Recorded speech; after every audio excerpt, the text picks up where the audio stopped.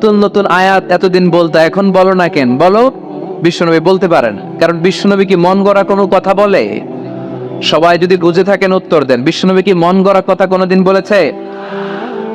রব্বুল আলামিন বলেন, ওয়ামা ইয়ানতিকু আনিল হাওয়া ইন হুয়া ইল্লা ওয়াহিয়ুন ইউহা। আমার নবী মন গড়া কোনো কথা বলেন না। আমার পয়গম্বর মন মস্তিষ্ক কোনো প্রসূত কথা তোমাদের কাছে পেশ করে না। আকাশ থেকে জিব্রাইল মারফত যা তিনি শুনতে পান তা তিনি মক্কাবাসীদের কাছে পৌঁছে দেন। সুবহানাল্লাহ। তো নাজিল হতো, নবী পৌঁছে দিতেন। এখন বন্ধ, পৌঁছাতে পারে না। সাইয়েদনা জিব্রাইল আলাইহিস সালাম আর কোরআন নিয়ে আসে না। রাসূল সাল্লাল্লাহু আলাইহি ওয়াসাল্লাম নতুন কোনো কথা শোনাতেও পারে না। মক্কার লোকেরা হাসাহাসি শুরু করলো, হাততালি দিতে শুরু করলো। মুহাম্মদ, তোমার আল্লাহ তোমারে বর্জন করেছে, তোমার আল্লাহ তোমারে ভুলে গেছে। নাউজুবিল্লাহ পড়তে পারলেন না? ইন্না মুহাম্মাদান ওয়াদাআহু রাব্বুহু ওয়া ক্বালা।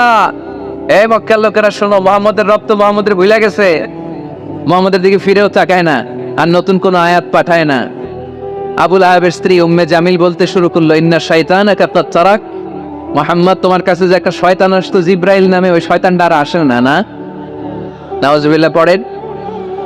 সবাই টিটকারি করে। এখন রাসূল সাল্লাল্লাহু আলাইহি ওয়াসাল্লাম কিছু বলতেও পারে না, কারণ তিনি তো মন গড়া কিছু বলেন না। যা নাজিল হয় তা পৌঁছে দেন। রাসূল সাল্লাল্লাহু আলাইহি ওয়াসাল্লাম খুব পেরেশান হয়ে গেলেন, চিন্তায় পড়ে গেলেন, হতাশ হয়ে গেলেন। আর মনে মনে ভাবলেন, কি রে, আমি কোনো ভুল করলাম না তো? আমার কোনো অন্যায় হয়ে গেল না তো? এত অপেক্ষা করতেছি, আকাশের দিকে তাকিয়ে আছি, নতুন আয়াত আসে না কেন? আমি কবে নতুন আয়াত শোনাবো? কোন কোন তাফসিরে এসেছে 15 দিন, কোথাও এসেছে 25 দিন, 40 দিন, কোথাও এসেছে কয়েক মাস আল্লাহ রাসূল সাল্লাল্লাহু আলাইহি ওয়াসাল্লামের কাছে কোরআনের আয়াত নাজিল করাকে বন্ধ রেখেছিল। কে? নাজিল হয় না, তিনি কোরআনের আয়াত শোনাতেও পারেন না। আমরাও মাঝে মাঝে এরকম হতাশ হই, কি রে, ব্যবসা করলে লস, চাকরি হয় না, অসুস্থতা, মনে হয় আল্লাহ বোধহয় আমাদেরকে পছন্দ করে না। এরকম টেনশন আমাদেরও আছে না নাই? রাসূল সাল্লাল্লাহু আলাইহি ওয়াসাল্লাম যখন টেনশনে পড়ে গেলেন, আল্লাহ তাআলা এই সূরা নাজিল করার মধ্য দিয়ে আল্লাহ রাসূল সাল্লাল্লাহু আলাইহি ওয়াসাল্লামের টেনশন দূর করে দিলেন। চিল্লায় পড়েন সুবহানাল্লাহ। রাসূল সাল্লাল্লাহু আলাইহি ওয়াসাল্লামের পেরেশানি দূর করার জন্য আল্লাহ নাজিল করলেন, ওয়াদ-দুহা ওয়াল লাইলি ইযা সাজা মা ওয়াদ্দাআকা রাব্বুকা ওয়া মা ক্বালা। ওয়াদ-দুহা, আলোর শপথ, ওয়াল লাইলি ইযা সাজা, নিঝুম নিস্তব্ধ রাতের শপথ। সুবহানাল্লাহ পড়েন। প্রথমে আল্লাহ দুইটা কসম কাটলেন। কয়টা? দুইটা। প্রথমে দোহা, প্রভাতের সূর্য কিরণের শপথ, আলোর শপথ। এরপরে অন্ধকারের শপথ কাটলেন। আলোর শপথ দিয়ে আল্লাহ তাআলা ওহী আশাকে বোঝালেন, আর অন্ধকারের শপথ দিয়ে আল্লাহ ওহী না আশাকে বোঝালেন। আল্লাহ বুঝাতে চাইলেন, নবী, সব সময় আলো থাকলে ভাল লাগে না। 24 ঘন্টায় যদি সূর্যের আলো, এখনো সূর্যের আলো, সকালেও সূর্যের আলো, খালি আলো আর আলো, ভাল লাগবে? কথা বলেন না কেন? আবার 24 ঘন্টায় ঘুটঘুটে অন্ধকার, কোনো আলো টালো নাই, ভাল লাগবে? তার মানে জীবন চালাতে আলোরও দরকার, অন্ধকারেরও দরকার। বিশ্বনবীরে বুঝাতে চাইলেন, নবী, ওহী আসা যেমনি দরকার, মাঝে মাঝে ওহী বন্ধ রেখে আপনার একটু বিশ্রাম দেওয়া দরকার। সুবহানাল্লাহ পড়েন। সরকারি চাকরি যারা করেন, সপ্তাহে কয়দিন জব করেন? জোরে বলেন। 5 দিন। বাকি 2 দিন কি করেন? বিশ্রাম নেন, ছুটিতে থাকেন। 7 দিনে যদি কাজ করা লাগতো, ভাল লাগতো? কথা বলেন না কেন? ভাল লাগতো না। আবার 7 দিনে যদি ছুটি থাকতো, ভাল লাগতো না। তার মানে কাজেরও যেমনি দরকার, বিশ্রামেরও দরকার, ঠিক কিনা? আল্লাহ বুঝাতে চাইলেন, নবী, কাফেরদের কথায় কান দিবেন না। ওরা বলে, আমি আপনারে ভুলে গিয়েছি। না না, কোশ্চিন কালেও না। আমি আপনারে কেমন করে ভুলে যাই? আপনি আমার বন্ধু। আমি ইচ্ছা করেই ওহী নাজিল বন্ধ রেখে কিছুদিন আপনারে ছুটি দিলাম। আল্লাহর পক্ষ থেকে আমি আপনার জন্য বিশ্রামের ব্যবস্থা করে দিয়েছি। নবী, বিশ্রামের ব্যবস্থা করে দিলাম, কারণ প্রতিদিন ওহী নাজিল হলে এটা পৌঁছে দেওয়া, এটা চারটিখানি কথা নয়। ওহীর বাণী, এটা কোনো মন্ত্রীর বাণী না। ওহীর বাণী, এটা কোনো প্রেসিডেন্টের বাণী না। ওহীর বাণী প্রধানমন্ত্রীর বাণী না। ওহীর বাণী রাজা বাদশার বাণী নয়। ওহীর বাণী আমাদের কাছে পাঠিয়েছে কে? এই কালামুল্লাহ মাজিদের ওজন আছে না নাই? আল্লাহ বললেন, ইন্না সানুলকি আলাইকা কাওলান সাকিলা। নবী গো, কোরআনের বাণী এটা হালকা কোনো বাণী নয়, এটা ভারী একটা বাণী। এই বাণী যদি আমি সাগরে নাজিল করতাম, এই কোরআনের বাণী যদি আমি জঙ্গলে নাজিল করতাম, আর এই কোরআনের বাণী যদি আমি পাহাড়ের মধ্যে নাজিল করতাম, কোরআনের ভারে বড় বড় পাহাড়গুলো মুহূর্তের মধ্যে ভেঙে চুরে খান খান হয়ে যেত। লাউ আনজালনা هذا القرآن على جبل لرأيته خاشعا متصدعا من خشية الله নবী হে এই কোরআনকে আপনার উপর নাজিল না করে যদি আমি হিমালয় পাহাড় মাউন্ট এভারেস্টের উপর নাজিল করতাম, আমেরিকার আলাস্কা মাউন্টেন রেঞ্জের উপর নাজিল করতাম, ইউরোপের আল্পস পর্বতমালায় নাজিল করতাম, আমি যদি বড় বড় তুর পাহাড়ের উপর নাজিল করতাম, আপনি দেখতেন কোরআনের ভারে পাহাড়গুলো ভেঙে চুড়ে খান খান হয়ে গিয়েছে। তার মানে কোরআনের ওজন আছে না নাই? কোরআনের বাণী কি পাতলা, হালকা না ভারী? সবাই বলুন, হালকা না ভারী? কতটা ভারী? রাসূল সাল্লাল্লাহু আলাইহি ওয়াসাল্লাম যখন ওটের উপর বসে থাকতেন, তখন কোরআনের আয়াত নাজিল হলে ওটের পা মাটির মধ্যে দেবে যেত। ঘোড়ার উপর যখন বসে থাকতেন, তখন কোরআনের আয়াত নাজিল হলে ঘোড়া মাটিতে বসে যেত। মাঝে মাঝে আল্লাহ রাসূল সাহাবীদের পায়ের উপরে মাথা রেখে ঘুমাতেন। সাইয়েদনা যায়েদ রাদিয়াল্লাহু তাআলা আনহুর পায়ের মধ্যে, রানের মধ্যে মাথা রেখে বিশ্বনবী একবার ঘুমালেন। যায়েদ রাদিয়াল্লাহু তাআলা আনহু বলেন, অনেকক্ষণ বিশ্বনবী শুয়ে রইলেন, কিন্তু আমার কষ্ট হয় নাই, আমি টের পাই নাই। কিন্তু হঠাৎ বিশ্বনবীর উপর কোরআন যখন নাজিল হওয়া শুরু হয়ে গেল, আমার মনে হলো বিশ্বনবীর মাথার ওজন উহুদ পাহাড়ের সমান ভারী হয়ে গেছে। এতক্ষণ ধরে বিশ্বনবীর মাথার কোনো ওজন নাই। হঠাৎ যখন কোরআনের আয়াত নাজিল হতে লাগলো, দেখলাম বিশ্বনবীর মাথার ওজন এতটা বেড়ে গিয়েছে, আমার মনে হচ্ছে আমার পায়ের হাড্ডি আর রান ফেটে মুহূর্তের মধ্যে খান খান হয়ে যাবে। তার মানে কোরআনের আয়াত সবসময় রিসিভ করা, ওহী সবসময় নেয়া এবং ওহীর বাণী পৌঁছে দেয়া, এটা সাধারণ কোনো কাজ নয়। সব সময় ওহী লাগাতার নাজিল হলে নবীর কষ্ট হয়ে যাবে। এজন্য নবীর কষ্ট দূর করার জন্য সরকারি চাকরি যারা করেন যেমনি ছুটি পান, নবীকে একটু ছুটি আর বিশ্রামে রাখার জন্য আল্লাহ তাআলা ইচ্ছা করেই ওহী নাজিল বন্ধ রেখেছেন। চিল্লায়ে পড়েন সুবহানাল্লাহ। এজন্য আল্লাহ তাআলা নবীরে আশ্বস্ত করে বললেন, নবী ওয়াদ-দুহা ওয়াল-লাইলি ইযা সাজা মা ওয়াদ্দা'আকা রাব্বুকা ওয়া মা ক্বালা ওয়ালাল আখিরাতু খায়রুল লাকা মিনাল উলা ওয়ালাসাউফা ইউ'তিকা রাব্বুকা ফাতারদা। পড়েন আল্লাহু আকবার। সূরার শুরুতে আল্লাহ শপথ কাটলেন দুইটা। কয়টা? সবাই বলেন, আরো জোরে বলতে হবে, কয়টা? তাহলে শপথের পর্ব শেষ। শপথ যখন শেষ, তারপরের তিনটি আয়াতে কনফার্মেশন। আল্লাহ তাআলা তার নবীকে কনফার্ম করেছেন যে নবী আমি আপনার সাথে আছি, নবী আমি আপনার সাথে আছি। এই এলাকার ওসি সাহেব যদি আপনারে বলে আমি আপনার সাথে আছি, সাহস লাগবে না? এসপি সাহেব যদি বলে আপনার সাথে আছি, সাহস লাগবে না? এমপি সাহেব যদি বলে সাথে আছি, সাহস লাগবে? প্রধানমন্ত্রী যদি বলে ভয় নাই, সাথে আছি, সাহস লাগবে না? ডোনাল্ড ট্রাম্প যদি বলে ভয় নাই, সাথে আছি, সাহস লাগবে? আর রাজাদিরাজ মালিকুল আমলাক, গোটা বিশ্বের সব রাজাদের রাজা মহারাজা আল্লাহ যদি বলে সাথে আছি, সাহস লাগে কি লাগে না? বিশ্ব নবীরে সাহস জোগালেন। পরের তিনটা আয়াতে আল্লাহ তাআলা নবীরে বললেন, নবী ভয় নাই, never lose hope, never give up, never be frustrated, আর হতাশ হবেন না, আমি আপনার সাথে আছি। চিল্লায় পড়েন সুবহানাল্লাহ। তারপরের তিন আয়াতে দিলেন তিনটা রিমাইন্ডার, নবী আপনারে কি কি নিয়ামত দিছি শোনেন, এগুলো মনে রাখেন, ভুলে যায়েন না। আর সর্বশেষ তিনটা আয়াতে তিনটা ওয়ার্ক প্ল্যানস, মানে গাইডলাইন, কর্মসূচি দিয়ে আল্লাহ সূরাটারে শেষ করেছেন। পড়েন আলহামদুলিল্লাহ। দুইবার যখন আল্লাহ শপথ করলেন, আলোর শপথ, অন্ধকারের শপথ, তারপর আল্লাহ কনফার্মেশন করে বললেন, নবী মা ওয়াদ্দা'আকা রাব্বুকা ওয়া মা ক্বালা, নবী হে আমি আপনারে ভুলি নাই, আমি আপনারে ছাড়ি নাই। কাফেররা বলে আমি আপনারে ভুলে গেছি, আমি আপনার উপর রাগ করেছি, তাই আপনার উপর কোরআন নাজিল করি না। কথাটা কিন্তু ঠিক না। আমি আপনারে ভালোবাসি, মহব্বত করি, ইচ্ছা করে আপনারে ছুটি দেওয়ার জন্য, কয়েকদিন বিশ্রামে রাখার জন্য ইচ্ছা করেই কোরআন নাজিল বন্ধ রেখেছি। মা ওয়াদ্দা'আকা রাব্বুকা ওয়া মা ক্বালা। কাফেরদের কথার জবাবে তিনি বলছেন, না আমি আপনারে ভুলি নাই, আমি আপনার সাথে আছি। সুবহানাল্লাহ পড়েন। সাথে আছে কে? আরো জোরে বলেন। রাস্তায় হঠাৎ অ্যাক্সিডেন্ট হয়ে গেছে, বাঁচাবে কে? বলতে হবে সাথে আছে কে? আমাদের সাথে আল্লাহ আছে। এরপর আল্লাহ বললেন, ওয়ালাল আখিরাতু খায়রুল লাকা মিনাল উলা। ও নবী, মক্কার জীবনে সাময়িক একটু কষ্ট আপনি সহ্য করেন, মদিনার জীবনে আপনার জন্য আনন্দ রেখেছে কে? আখিরাতে আপনার জন্য জান্নাতকে তৈরি রেখেছে কে? ওয়ালাল আখিরাতু খায়রুল লাকা মিনাল উলা।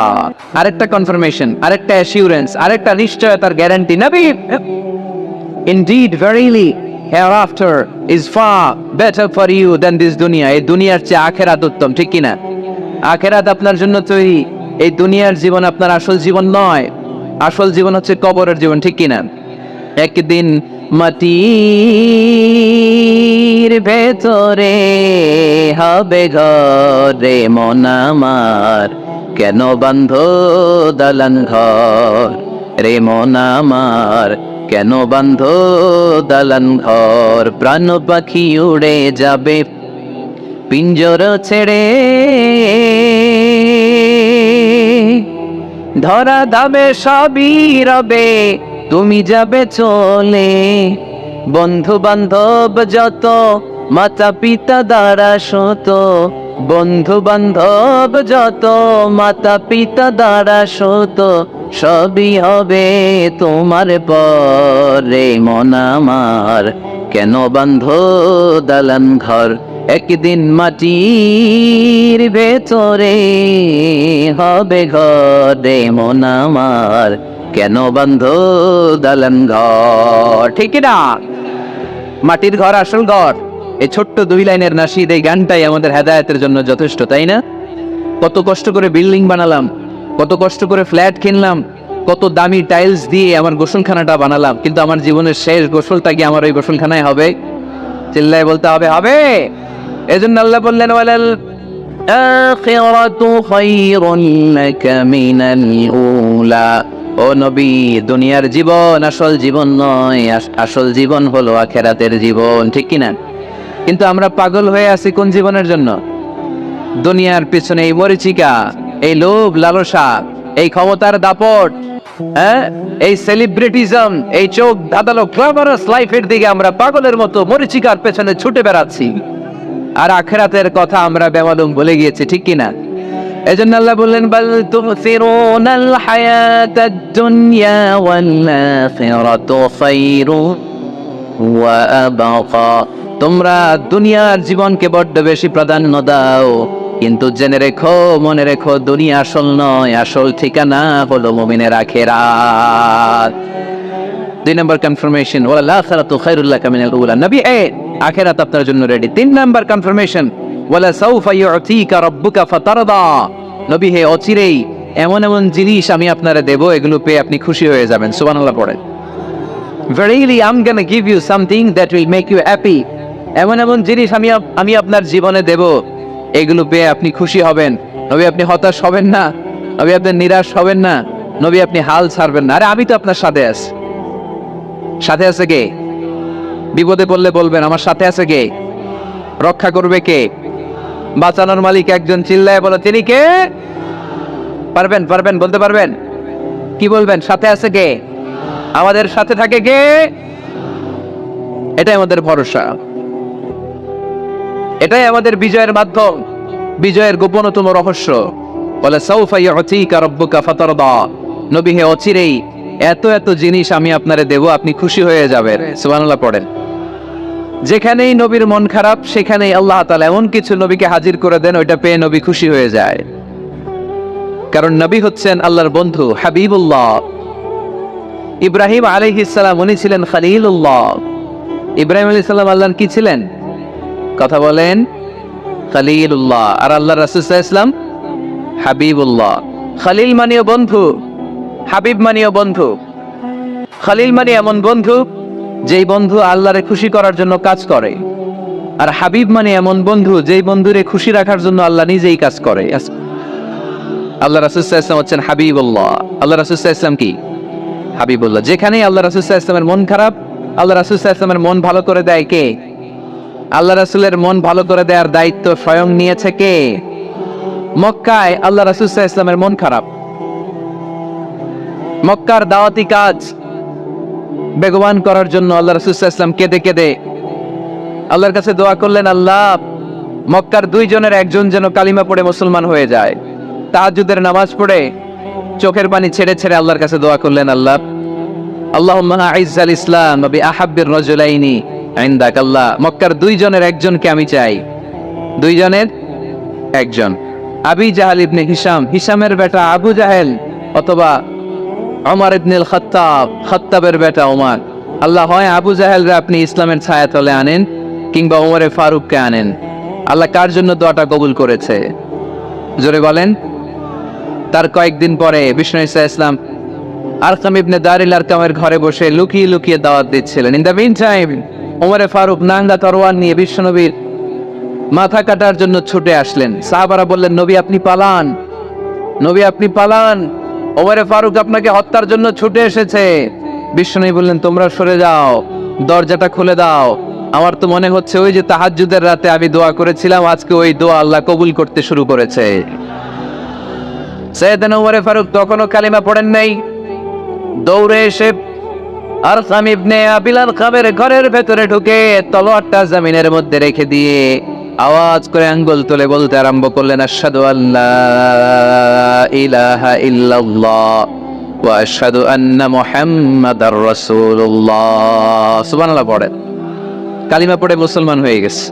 বিশ্বনবী খুশি হয়ে গেলেন। ওয়ালা সাউফা ইউতিকা রাব্বুকা ফাতারদা। নবী যখনই আপনার মন খারাপ, আপনার মনকে আমি ভালো করে দিব, আপনারে খুশি করে দিব, চিল্লায় পড়তে হবে আল্লাহু আকবার। বিশ্বনবীর মন খারাপ ছিল। হঠাৎ সাইয়েদনা ওমরে ফারুকের ইসলাম গ্রহণের মধ্য দিয়ে বিশ্বনবীর মন ভালো করে দিল কে? আল্লাহ মন ভালো করে দিলেন। এবার ওমরে ফারুক বললেন, ইয়া রাসূলুল্লাহ, এই যে কোরআনের বাণী আপনি প্রচার করেন, আলাইসাল কোরআনু কিতাবুন হক, কোরআন কি সত্য কিতাব নয়? আপনারা আওয়াজ করে বলেন তো, আমাদের কোরআন কি সত্য কিতাব নয়? ইসলাম কি সত্য ধর্ম নয়? আল্লাহ কি আমাদের সঠিক রব নয়? তিনটা প্রশ্ন করলেন বিশ্বনবীকে। আপনাদের মতোই বিশ্বনবী বললেন, হ্যাঁ, কোরআনও সত্য, ইসলামও সত্য, আল্লাহও সত্য।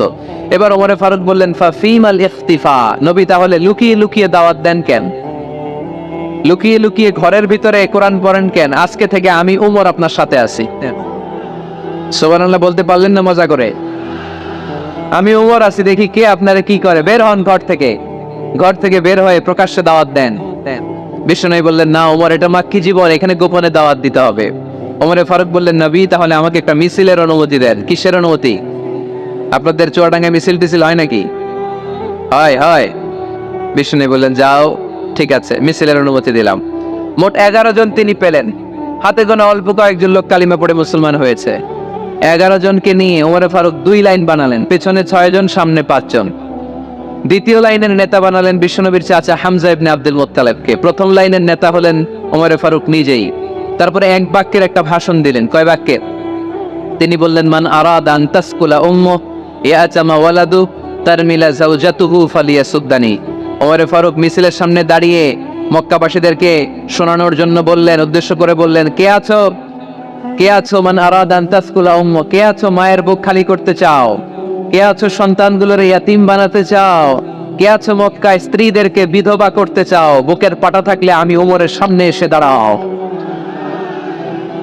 কেউ সামনে আসতে পারে নাই। ওমরে ফারুক স্লোগান তুললেন, আল্লাহু আকবার, আল্লাহু আকবার, আল্লাহু আকবার।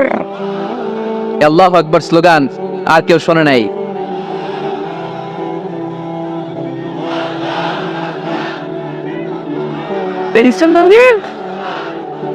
বালিশ হইলে ভালো চাই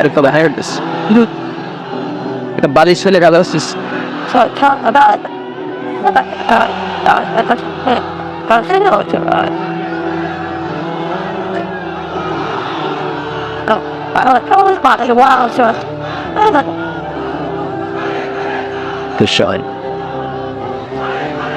What about so he's got sorry, they're not gonna leave. Where's that different? Before I knew it was in the fire. That's what the good. It's got other he's goes. ওমরে ফারুক বললেন, কে আছো মায়ের বুক খালি করতে চাও? কে আছো সন্তানগুলোর ইয়াতিম বানাতে চাও? কে আছো স্ত্রীকে বিধবা বানাতে চাও? ফালিয়া সুদ্দানি, বুকের পাটা থাকলে সামনে এসে ঠেকাও। এই আল্লাহু আকবার স্লোগান শুরু করলেন। ওমরে ফারুক বললেন, কাবা ঘর যে ধরবো, কাবা ঘর ধরার আগ পর্যন্ত কেউ ওমরের মিছিল থামাতে পারবে?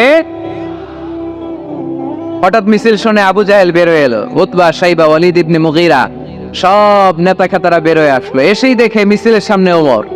মিছিলের সামনে কে? ওমরে ফারুককে দেখে সবগুলা দিছে দৌড়। মিছিল কেউ ঠেকাইতে পারে নাই। কাবার গিলাফ পর্যন্ত এই মিছিল চলেছে, চিল্লায় বল আল্লাহু আকবার। ওমরে ফারুক এমন নেতা ছিলেন, শুধু আবু জাহেলই না, মুনাফিকরা ওমরে ফারুককে দেখলে ভয় পেত। এমনকি শয়তান, ইবলিস শয়তান ওমরে ফারুককে দেখলে আরেক রাস্তা দিয়ে হাঁটতো। আল্লাহ রাসূল বলতেন, মা সালাকা শাইতান সালিকান ফাজ্জান ইল্লা সালাকা ফাজ্জান গায়রা ফাজ্জিক। ওমর, শয়তান যদি তোমাকে এই রাস্তা দিয়ে আসতে দেখে, শয়তান এই রাস্তা রেখে দিয়ে আরেক রাস্তা দিয়ে হাঁটে। আবার আল্লাহ রাসূল সাল্লাল্লাহু আলাইহি ওয়াসাল্লাম বলেছেন, লা নাবিয়্যা বা'দি ওয়ালা রাসূলা, আমার পরে কোনো নবীও নাই, কোনো রাসূলও নাই, তবে লাউ কানা বা'দি নাবিয়্যুন লাকানা ওমর, আমার পরে যদি নবী হওয়ার যোগ্যতা কারো থাকে, আমার সাহাবী ওমরের সেই যোগ্যতা আছে। পড়েন সুবহানাল্লাহ। প্রভু তুমি বলেছ রাসূল দেবে না, বলনি দেবে না ওমর, বলনি দেবে না হামজা তারিক, খালিদ বিজয় সমর। প্রভু তুমি বলেছ রাসূল দেবে না, বলনি দেবে না ওমর, বলনি দেবে না হামজা তারিক, খালিদ বিজয় সমর। প্রভু তুমি বলেছ রাসূল দেবে না। সুবহানাল্লাহ পড়েন। ওমরে ফারুক, ওরকম একটা ওমরের দরকার বাংলাদেশে, চিল্লায় বলেন ঠিক কিনা? ওই একটা ওমর যদি বাংলাদেশে থাকতো, টেন্ডারবাজি একদিনে বন্ধ হয়ে যেত। ওই এক ওমরে ফারুক যদি বাংলার জমিনে থাকতো, চাঁদাবাজি থাকতো না, নুসরাতের মতো কোনো মেয়েকে ধর্ষিত হওয়া লাগতো না, পেঁয়াজের দাম বাড়িয়ে সাধারণ মানুষের কষ্ট দেওয়ার সাহস কেউ করতো না, লবণের মতো নিত্য প্রয়োজনীয় জিনিসের দাম বাড়ানোর গুজব তোলার মতো সাহস কেউ পেত না। চিল্লায় বলো ঠিক কিনা? কোটি কোটি টাকার নোট ছিঁড়ে ছিঁড়ে কেউ পানির মধ্যে ফেলার সাহস তুলতো না। চিল্লায় বলো ঠিক কিনা? এক লোক তার স্ত্রীকে 100 তালাক দিল। কয় তালাক? আরো জোরে বলেন।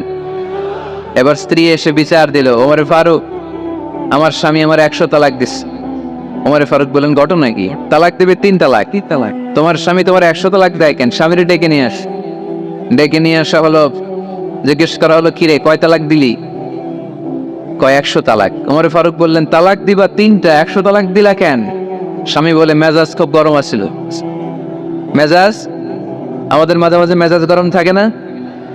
সব তালাক দিয়ে ফেলায়। তুই তালাক, তোর মাও তালাক। কত বড় ডাকাইত, বউরেও তালাক দেয়, শাশুড়িরও তালাক মারে।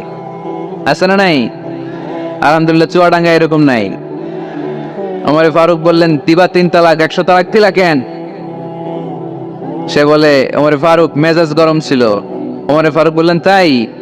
মেজাজ গরম ছিল, ঠিক আছে আমি বিচার করতেছি। 3 তালাকে তোর বউ তালাক, বাকি 97 তালাক তোর পিঠের উপরে পড়বে। এরকম বিচার যদি বাংলার জমিনে থাকতো, কেউ আর এরকম ইসলামের কোনো বিষয় নিয়ে কথা বলার, ধৃষ্টতা দেখানোর সাহস পেত? কোরআনকে গালি দেওয়ার সাহস পেত? আমার নবীর নামে কার্টুন বানানোর সাহস পেত? আমার নবীকে নিয়ে ফিল্ম বানানোর সাহস পেত? বিশ্ব নবীকে গালি দেওয়ার সাহস পেত? ইসলাম নিয়ে কটু কথা বলার সাহস পেত? আমরা সব বিষয়ে কথা শুনতে রাজি। আমার নবীরে গালি দিলে খবর আছে না নাই? আমার নবীর দিকে যদি কেউ বা হাত তুলে তাকায়, ওই বা হাতকে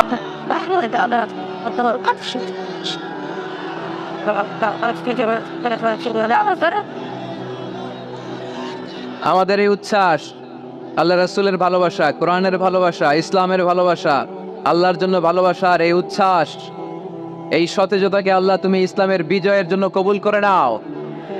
আমরা একটা ওমরের অপেক্ষায়, চিল্লায় বলেন ঠিক কিনা? ওই ওমরের মতো একটা নেতা হলে বাংলাদেশ সোজা হয়ে যাবে। চিল্লায় বলেন ঠিক কিনা? ওই ইমাম মাহাদির অপেক্ষায় আমরা আছি।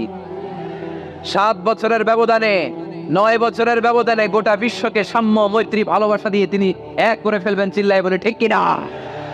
আমরা সেই ইমাম মাহাদির অপেক্ষায়। একজন ওমরই পারে গোটা বিশ্বটারে শান্তি, সাম্য, মানবতা আর ভ্রাতৃত্বের বন্ধনে অটুট রাখতে। সে ওমরে ফারুক যখন ইসলাম ধর্ম গ্রহণ করলেন, বিশ্বনবীর পেরেশানি দূর করে দিল কে? এজন্য আল্লাহ বললেন, ওয়ালা সাউফা ইউতিকা রাব্বুকা ফাতারদা, ও নবী, অচিরে এমন কিছু আমি আপনারে দান করব, এগুলো পেয়ে আপনি খুশি হয়ে যাবেন। সুবহানাল্লাহ পড়েন। যেখানেই নবী পেরেশান, ওইখানেই নবীর মন ভালো করে দেয় কে? মক্কা থেকে 80 কিলোমিটার দূরে তায়েফের ময়দান। যারা হজ উমরা করেছেন তারা জানেন, প্রায় 80 কিলোমিটার দূর এই তায়েফের ময়দানে বিশ্বনবী পাহাড়ি পথ পাড়ি দিয়ে দাওয়াত দিতে গেলেন। তায়েফের লোকেরা কি নবীর দাওয়াতে সাড়া দিয়েছে? নবীকে পাথর মেরেছে, ঠিক কিনা? রক্তাক্ত করেছে তিনটা জায়গায়। কয় জায়গায়? বিশ্বনবীর চাইতে সুন্দর মানুষ পৃথিবীতে ছিল? বিশ্বনবীর চাইতে সুন্দর মানুষ বর্তমানে পৃথিবীতে আছে? আমার নবীর চাইতে সুন্দর কোন সুপুরুষ কিয়ামত পর্যন্ত দুনিয়ায় জন্মগ্রহণ করবে? সাদা ধবধবে স্বচ্ছ শুভ্র মানুষ, এত সুন্দর মানুষ যার নুরানি চেহারা দেখলে মানুষ কালিমা পড়ে মুসলমান হয়ে যেত। বিশ্বনবীর চেহারা দেখে কাফির মুশরিকেরা কালিমা পড়ে মুসলমান হতো। আমার নবীর চেহারার মতো সুন্দর শুভ্র সাবলীল মানুষ দুনিয়ার বুকে দ্বিতীয়টা ছিল না। আমার ওই পেয়ারা নবীর গায়ে পাথর মেরেছে তায়েফের ছেলেরা। আমার নবীকে তিনটা জায়গায় রক্তাক্ত করেছে, তারপরেও বিশ্বনবী তায়েফবাসীদের বদদুয়া দেয় নাই। খেয়ে না খেয়ে দিন প্রচারের কাজে নিজেকে দিয়েছ বিলিয়ে, তায়েফের কাফিরেরা চিনল না সে আলো, দুষ্ট ছেলেদের পিছু দিল লেলিয়ে। পাথরের আঘাতে ক্ষত বিক্ষত হয়ে সারা শরীর থেকে রক্ত ঝরে। হে রাসূল তোমাকে ভুলি আমি কেমন করে, হে রাসূল তোমাকে ভুলি আমি কেমন করে। হাজার ব্যথা বেদনার পরে ফিরে আসনি তুমি আপন ঘরে, দিনের আলো তুমি ছড়িয়ে দিতে চলে গেলে মদিনায় মক্কা ছেড়ে। হে রাসূল তোমাকে ভুলি আমি কেমন করে, হে রাসূল তোমাকে ভুলি আমি কেমন করে। ঠিক কিনা? ওই নবীকে ভোলা সম্ভব? ওই নবীর ভালোবাসা আমাদের হৃদয়ে আছে না নাই? বিশ্ব নবীকে তিনটা জায়গায় আঘাত করলো। এত শুভ্র সাবলীল সাদা দেহটা ছিঁড়ে রক্ত বের হলো। বিশ্বনবী তায়েফবাসীদেরকে বদদুয়া দেয় নাই। বিশ্বনবী তায়েফবাসীদেরকে কোরআনের দাওয়াত দিতে গেলেন, তারা কোরআনের দাওয়াত মেনে নেয় নাই। বিশ্বনবী ওযু করলেন, গায়ের রক্তগুলোকে মুছে মুছে ফজরের সময় খেজুর বাগানের সামনে দাঁড়িয়ে ফজরের নামাজ শুরু করে দিলেন। বিশ্বনবী মন্ত্রমুগ্ধকর কণ্ঠ দিয়ে তেলাওয়াত করতে শুরু করলেন। ইন দ্য মিন টাইম বিশ্বনবীর পেছন থেকে একদল জিন বিশ্বনবীর কণ্ঠের কোরআন তেলাওয়াত শুনে কালিমা পড়ে মুসলমান হয়ে গেল। ফজরের সালাত শেষে আল্লাহ বিশ্বনবীর ডেকে বললেন, নবী আপনার মন খারাপ কেন? জিব্রাইল মারফত জানিয়ে দিলেন মন খারাপ কেন? বিশ্বনবী বললেন ৮০ মাইল পথ পাড়ি দিয়ে তায়েফের ছেলেদেরকে দাওয়াত দিতে এলাম, তারা আমার দাওয়াত কবুল করে নাই। শুধু দাওয়াত প্রত্যাখ্যান করলে চলতো, আমাকে মেরে রক্তাক্ত করে তায়েফের জমিনকে লাল করে দিয়েছে। একটা ছেলে যদি কালিমা পড়তো আমার কলিজাটা ঠান্ডা হতো, আমার পরাণটা ঠান্ডা হয়ে যেত। একটা ছেলেও কালিমা পড়ে নাই, পাথর মেরে আমারে রক্তাক্ত করেছে। কি ছিল আমার অপরাধ? ওদেরকে জাহান্নামের আগুন থেকে বাঁচানোর জন্য আমি তায়েফে এসেছি, একটা লোক আমার ডাকে সাড়া দেয় নাই। বিশ্বনবীর মন খারাপ। আল্লাহ ডেকে বললেন, নবী মন খারাপ করবেন না, হতাশ হবেন না। আপনি জানেন না, আপনি দেখেন নাই, আমি আল্লাহ দেখেছি। আপনি যখন দাঁড়িয়ে দাঁড়িয়ে ফজরের নামাজের তেলাওয়াত করছিলেন, আপনার সুমধুর কণ্ঠের তেলাওয়াত শুনে একদল জিন কালিমা পড়ে মুসলমান হয়েছে। سمعنا قرآنا عجبا يهدي إلى الرشد فآمنا به। বিশ্বনবী যখন কালামুল্লাহ মাজিদ থেকে দাঁড়িয়ে দাঁড়িয়ে তেলাওয়াত করছিল, জিন জাতি বিশ্বনবীর কণ্ঠের তেলাওয়াত শুনে পাগল হয়ে গেল। জিনেরা এরকম বাক্য শুনে নাই এর আগে। জিনেরা মিলাই, কিরে এটা তো কোনো মন্ত্র না। জিনেরা মিলাই, কিরে এটা তো কবিতা না। এত সুন্দর কথা কার বাণী? এটা আল্লাহর বাণী ছাড়া অন্য কোনো বাণী হতে পারে না। এই সুন্দর বাণী শুনে তারা কালিমা পড়ে মুসলমান হয়ে গেল। আল্লাহ বিশ্বনবীর আশ্বস্ত করলেন, নবী আপনার কষ্ট বৃথা যায় নাই। মুমিনের কষ্ট কি কখনো বৃথা যায়? আওয়াজ করে বলো, বৃথা যায়? নবী আপনি দাওয়াত দিতে এসেছিলেন দৃশ্যমান এক জাতি, মানব জাতিকে, তায়েফের মানব জাতিকে দাওয়াত দিতে এসেছেন। ওরা দাওয়াত কবুল করে নাই তো কি হয়েছে? অদৃশ্য জাতি, জিন জাতি কালিমা পড়ে মুসলমান হয়ে গিয়েছে। ওয়ালা সাউফা ইউতি